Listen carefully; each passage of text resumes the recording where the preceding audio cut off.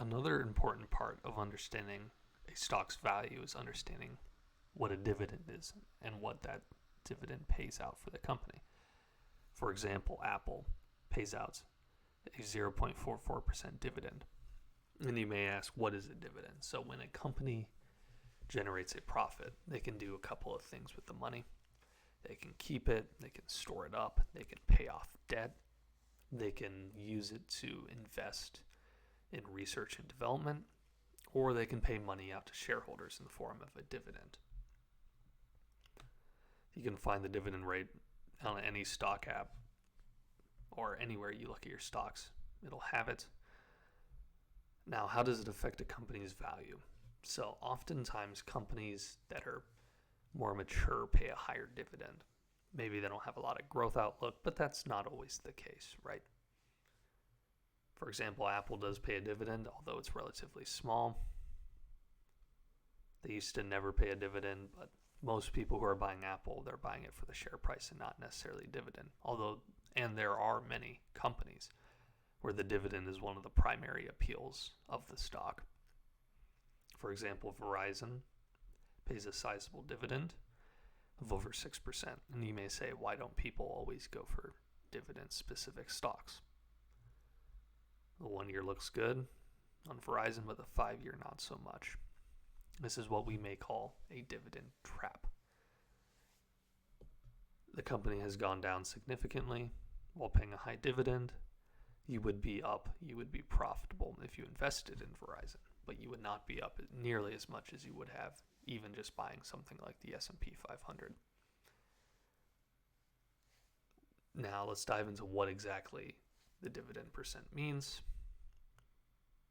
So a 6.16% would just mean if you had $100 worth, you would get paid out $6.16 in dividends over the course of a full year. Most stocks pay out dividends quarterly, some do monthly, and then there's others that vary maybe a year or half year, but that's rather rare.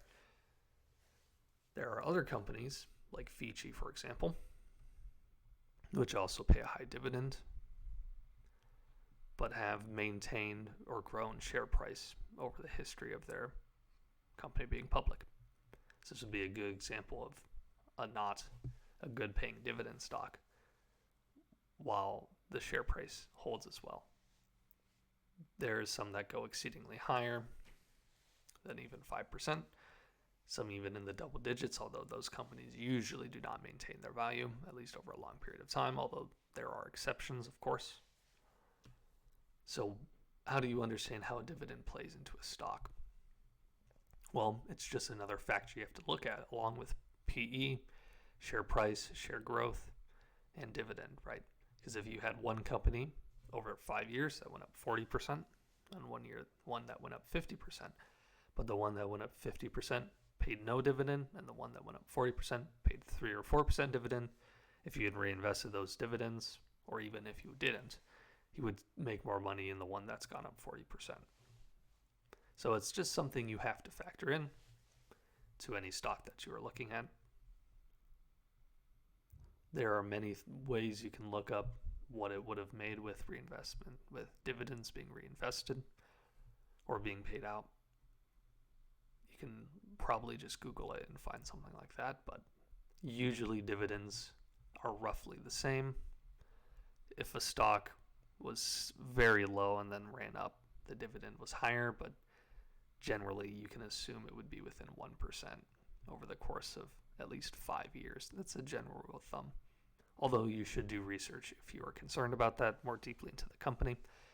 And I'm sure you could find the history of all that. So to wrap up, dividends are very important to understanding and evaluating a stock more deeply and just understanding where it lands financially. Being able to gauge a dividend and factor it into the broader picture of the stock helps you paint, of course, a better picture of if this is something you want or not.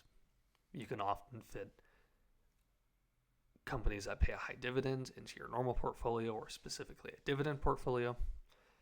Whether dividend stocks should be a focus of yours is for a different video.